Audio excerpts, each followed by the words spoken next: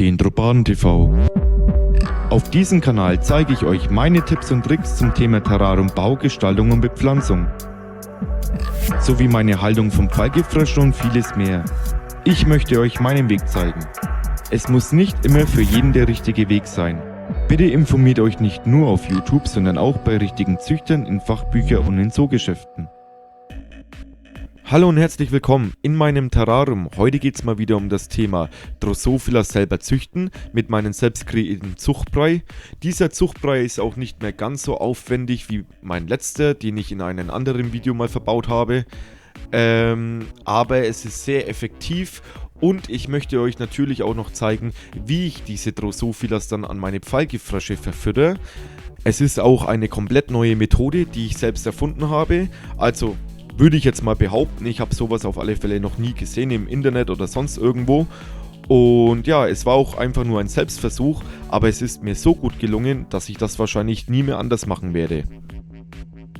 Okay, fangen wir mal an. Kommen wir mal zu meinem Zuchtbrei. Was wir brauchen: Zucker, Blütenpollen, rote Beetepulver, Hefe, egal ob Trockenhefe oder Bierhefe. In diesem Fall habe ich jetzt mal Bierhefe verwendet, Haferflocken.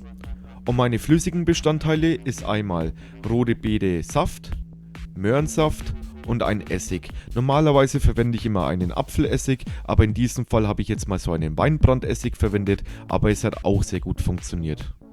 Jetzt brauchen wir noch eine Schüssel, um den Brei auch zu verrühren, mit einem Teelöffel und einem Esslöffel. Jetzt nehmen wir einen Teelöffel Zucker. Danach noch einen Teelöffel Blütenpollen. Einen Teelöffel von diesem rote Beetepulver und jetzt noch einen gehäuften Teelöffel von dieser Bierhefe. Ihr könnt aber auch eine Packung von dieser Trockenhefe verwenden. Und jetzt noch 2 gehäufte Esslöffel Haferflocken. Ihr müsst die auch nicht zerkleinern, das geht auch in ganzen Stücken. Das war's jetzt auch mit den festen Bestandteilen und jetzt kommen auch noch die flüssigen dazu. Hier habe ich einmal rote Beete Saft. Davon kommen jetzt 2 Esslöffel hinzu. Danach der Möhrensaft, auch 2 Esslöffel. Und zu guter Letzt noch der Essig und davon nehmen wir auch noch 2 Esslöffel. So, und jetzt wird die ganze Pampe zusammengerührt. Und falls ihr diese Produkte nicht in euren Supermarkt finden solltet, habe ich unten in der Videobeschreibung alle Produkte verlinkt. So, und jetzt kommen wir noch zu meinen Zuchtbehältern und dafür nehme ich Salzstreuer. Ja, ich weiß, es klingt blöd, aber es ist wirklich eine sehr effektive Methode und ich werde es vermutlich auch nicht mehr anders machen. Ich habe jetzt mit einem 0,5 mm Bohrer kleinere Löcher mit hineingebohrt, damit die Drosophilas dort nicht flüchten können, was auch gleichzeitig als Lüftung dient. Ich habe das auch nur sicherheitshalber gemacht, weil aus den kleinsten Löchern könnten sie eventuell noch fliehen. So, und jetzt wird's interessant, Leute. Hier habe ich jetzt noch Kaffeefilter und die schneide ich jetzt erstmal zurecht. Und jetzt setze ich überall so ein kleines Häufchen von meinem Zuchtbrei auf diesen Kaffeefilter hin drauf. Und danach knülle ich diesen Kaffeefilter zusammen. Da drückt es dann auch so ein bisschen den Saft und den Essig hindurch. Der Filter ist dann schön durchgeweicht und danach stecke ich es dann in diesen Zuchtbehälter mit rein. Jetzt fragt ihr euch sicherlich, was machst denn du da? Warum denn der Kaffeefilter? Ganz einfach, viele von euch kennen bestimmt die Situation, die das auch schon selbst mal ausprobiert haben. So ein Zuchtbehälter ist nach der Züchtung extrem verdreckt und halt einfach saueklig, das irgendwie auszuwaschen oder diesen Behälter nochmal zu verwenden. Deshalb habe ich diesen Kaffeefilter mit hineingebaut, weil sich dort dann die ganzen Maden und Drosophilas daran ernähren und sich auch dort alle festklammern.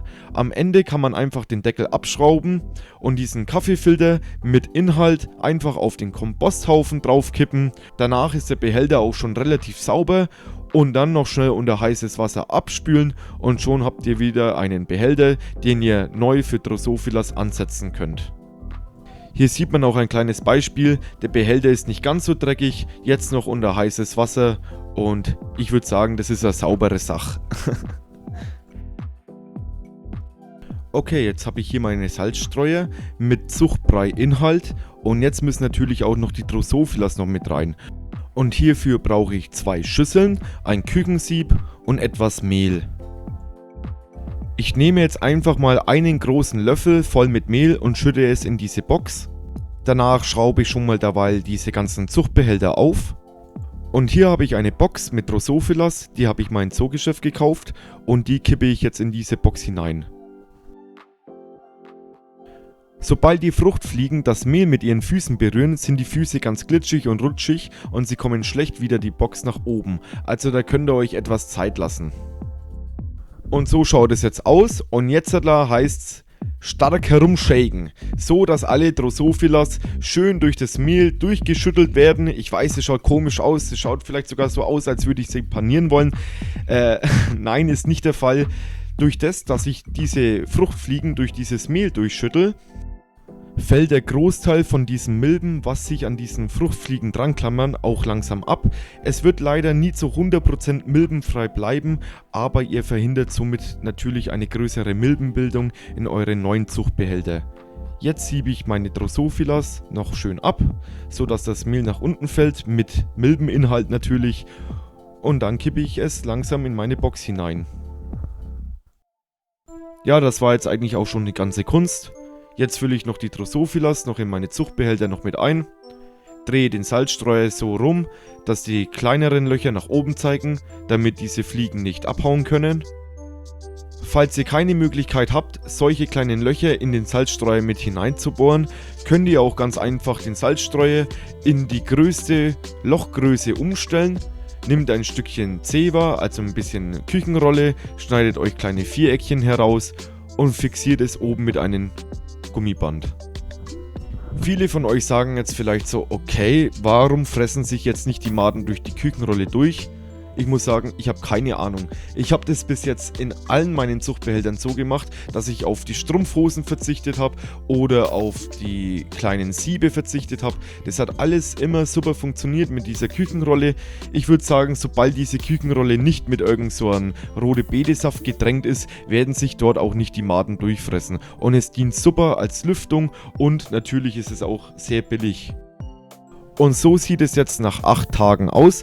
Einige Drosophilas haben schon Eier gelegt und viele Maden sind schon herausgeschlüpft. Hier ist eine Aufnahme nach 14 Tagen.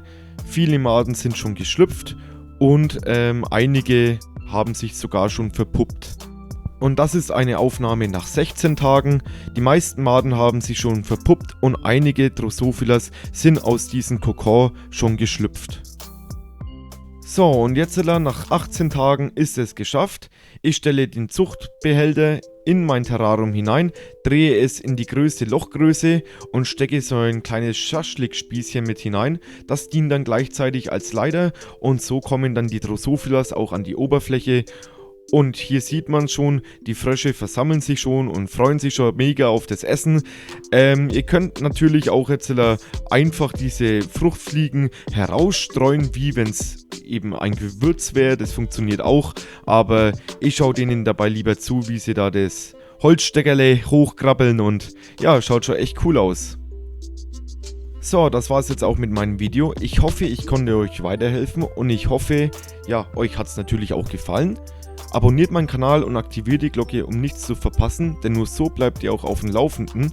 Und bei Fragen oder Anmerkungen schreibt es mir bitte unten in die Kommentare. Also ich finde, das mit dem Salzstreuer ist wirklich eine super Lösung und ich werde das auf jeden Fall weiterhin so machen, weil ja, das andere, das Züchten und dann die Box so blöd sauber zu machen, wenn alles so verklebt ist, das hat mir nie gefallen. Und mit diesem Kaffeefilter, finde ich, ist es einfach nur ja, eine super Lösung. Ich muss auch sagen, ganz am Anfang war das für mich so ein Punkt, wo ich mir so gesagt habe, okay, das mit Züchten, das geht mir einfach so auf die Nerven, weil ich einfach keinen Bock habe, ständig die eklige Grütze da aus den Gläsern da rauszupopeln. Da werfe ich lieber dann den Zuchtbehälter jedes Mal weg. Aber mit diesem Kaffeefilter ist es wirklich eine optimale Lösung. Also natürlich aus meiner Sicht. Und jetzt wünsche ich euch noch einen wunderschönen Tag und ciao.